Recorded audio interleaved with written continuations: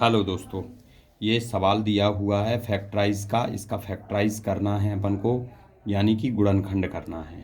तो गुणनखंड करने से पहले हमको देखना होगा कि इसमें करना क्या पड़ता है।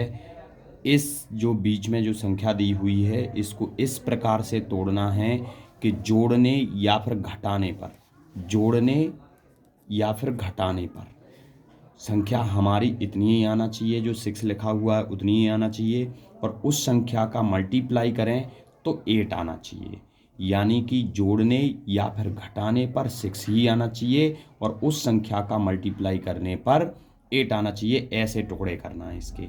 तो हमारे पास एक तरीका है, हम इस 8 को लेते हैं और 8 का एलसीएम कर लेते हैं।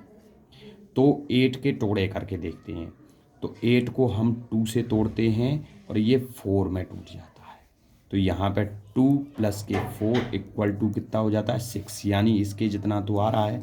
और अगर हम 2 और 8 का मल्टीप्लाई करें तो 8 भी आ रहा है, यानी हमारी जो कंडीशन है वो इस पर सुटेबल बैठती है। तो यहाँ पे हम लिख देते हैं p² प्लस के 2 प्लस के 4 p प्लस के 8। इसको सॉल्व करते हैं तो p² प्लस 2p प्लस के 4p प्लस के 8।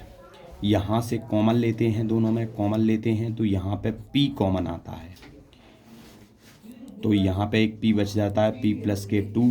अब इन दोनों में कॉमन लेते हैं तो आपको पता होना चाहिए कि अगर 4 मल्टीप्लाई p होगा तो यहाँ पर भी 2 मल्टीप्लाई 4 होगा, ये 8 के स्थान पे।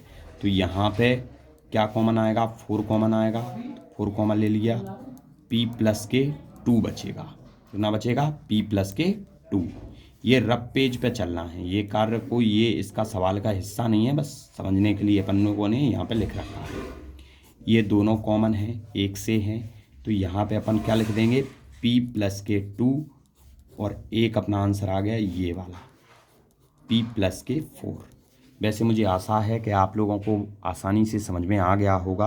अपन एक सवाल और करके देखते हैं तो अपन को पूर्ण रूप से समझ में आ जाएगा। देखिए यहाँ पे सवाल दिया हुआ है p² प्लस के 6p माइनस के 16। तो वही वाली कंडीशन, इसको इस प्रकार से तोड़ना है कि जोड़ने या फिर घटाने पर 6 ही आना चाहिए और मल्टीप्लाई करने पर 16 आना चाहिए। तो एलसीएम किसका करेंगे, 16 का। तो 16 के टुकड़े करते हैं अपन। तो 16 के टुकड़े करेंगे तो यहाँ पे इसको 2 से तोड़ते हैं तो यहाँ पे कितने आ गए, 8। टुकड़े केवल 2 ही करने हैं इसके। अब 2 ही टुकड़ों में अपन देखेंगे कि यहाँ पे 2 प्लस के 8 10 हो रहा है, यानी कि नहीं, ये गलत है, जोड़ने पे नहीं हो पा रहा है। तो 8 माइनस के 2 यहाँ पे अपन करेंगे तो यहाँ पे कितने हो गए, ये 6 हो गए हैं। कितने हो गए हैं, 6। तो यहाँ पे p, ये अपने टुकड़े मिल गए हैं अपन को और इनका मल्टीप्लाई करेंगे। 8 मल्टीप्लाई के 2 तो 16 हो रहे हैं। तो 8 माइनस के 2 यहाँ पे रखेंगे क्योंकि प्लस के अपन को 6 चाहिए। तो 8 माइनस के 2 और यहाँ पे p और यहाँ पे 16। तो यहाँ पे p² प्लस के यहाँ पे कितने हो गए, 8p माइनस के 2p। इसके भी टुकड़े करके अगर यहाँ पर रख लेते हैं तो कोई दिक्कत नहीं होगी। 2 मल्टीप्लाई 8, इससे क्या हो जाएगा, कॉमन लेना थोड़ा सा आसान हो जाएगा। 16 के भी अपने टुकड़े करके रख लिए हैं, 2 मल्टीप्लाई 8। अभी यहाँ पे अपन कॉमन लेंगे इन दोनों का, तो यहाँ पे p कॉमन आ रहा है और यहाँ पे p कॉमन आ रहा है। अंदर क्या रह गया, एक p प्लस के 8 माइनस कॉमन लिख गया इन दोनों में से, तो माइनस के 2। तो अंदर क्या रह गया, p प्लस के 8। प्लस क्यों बचा, क्योंकि माइनस कॉमन चला गया है। जो यहाँ पे रहता है वो यहाँ पे आता है, ये माइंड में बिठा लेना।